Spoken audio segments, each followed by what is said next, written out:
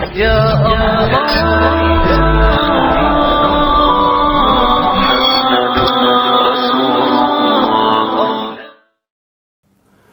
مدینہ کی ریاست تھی وہ پہلے دن مدینہ کی ریاست نہیں بن گئی تھی.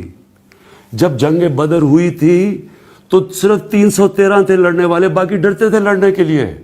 جو جنگ احد ہوئی، سرکار مدینہ نے جو تیر کمان والوں تھے ان کو کہا کہ تم نے اپنی یہ پوزیشن نہیں چھوڑنی. جب لوٹ مار شروع ہوئی وہ چھوڑ کے چلے گئے. سرکار مدینہ کا حکم نہیں مانا. بدقسمتی کہہ لیجئے. ہمارے وزیر اعظم صاحب نے 2 دن پہلے 3 دن پہلے اپنا بیان کیا ہے.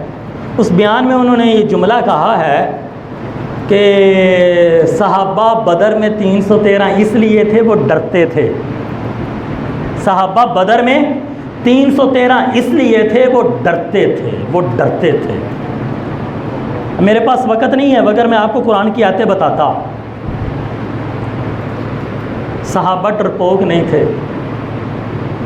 صحابہ تو اس وقت ڈرتے نہیں تھے جب 2 تھے 4 تھے.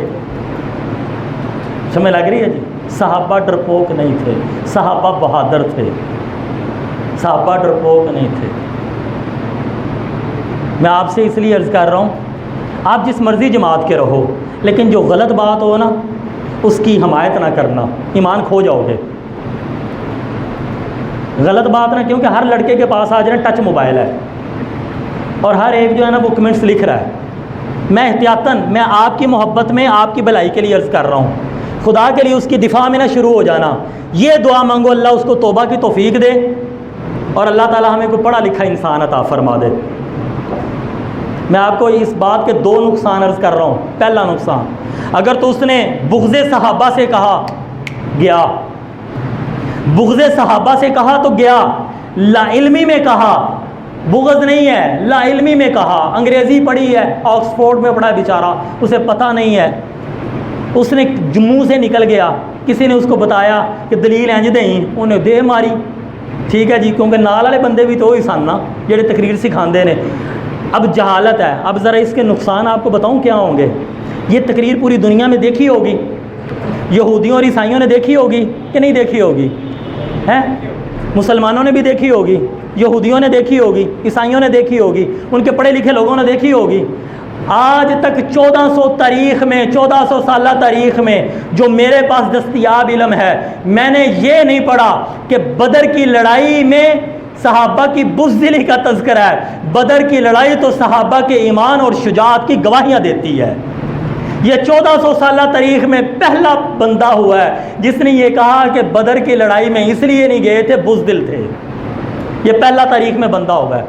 میرے بھائیوں، اگر یہ وہ عیسائی اور یہودی اسکالر لوگ سنیں گے نا یہ جملے، یقین فرماؤ وہ پتہ کیا کہیں گے؟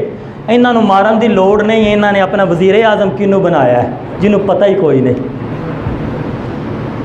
یقین فرماؤ. مسلمان ہم تو پٹ رہے ہیں نا، ہم تو رو رہے ہیں کہ بے ادبی ہوگی صحابہ کی.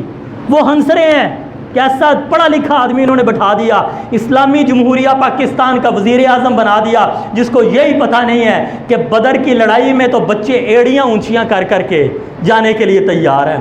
بدر کی لڑائی میں تو صحابہ نے آپس میں بچوں نے کشتیاں کی ہیں. ایک کہتا ہے میں نے جانا ہے، دوسرا کہتا ہے میں نے جانا ہے. جس کا قد تھا بڑا، آپ نے کہا تجھے لے جاتے ہیں. چھوٹے قد والا کہتا ہے یا رسول اللہ طاقتور میں ہوں. آپ نے کہا چل کشتی کر لو. جب کشتی کی ہے اور جو چھوٹا تھا اس نے کہا تو سلیکٹ ہو گئے ہیں، ہار جا میں جیت جاؤں گا، میں بھی سلیکشن ہو گئے آ جاؤں گا. سمجھ لگ رہی ہے؟ ایک بیٹا ماں کا وہ بھی قربان کیا بدر میں، ایک بیٹا ماں کا تھا قربان کیا بدر میں. سمجھ لگی ہے جی؟ تو اس لیے بدقسمتی ہے. تو یہ جملے اس لیے خدا کے لیے ڈیفینڈ نہ کیجئے گا اس کا، اور اللہ سے معافی مانگے، اللہ سے مانگے اللہ تعالیٰ خیر بھیجے. اور خیر تب بھی آنی جب ہمارے اندر سے خیر نکلے گی. ہمارے اندر سے خیر نکلے گی تو خیر آئے گی، وگرنہ نہیں آئے گی. دوسری بات، ایک جملہ انہوں نے یہ بولا، احد میں مسلمان لوٹ مار میں شریک ہوئے. لوٹ مار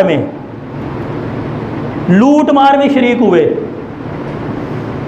صحابہ کے لیے جملہ جہالت کی انتہا ہے. آپ لوٹ مار کس کو کہتے ہیں؟ لوٹ مار یہ انتہائی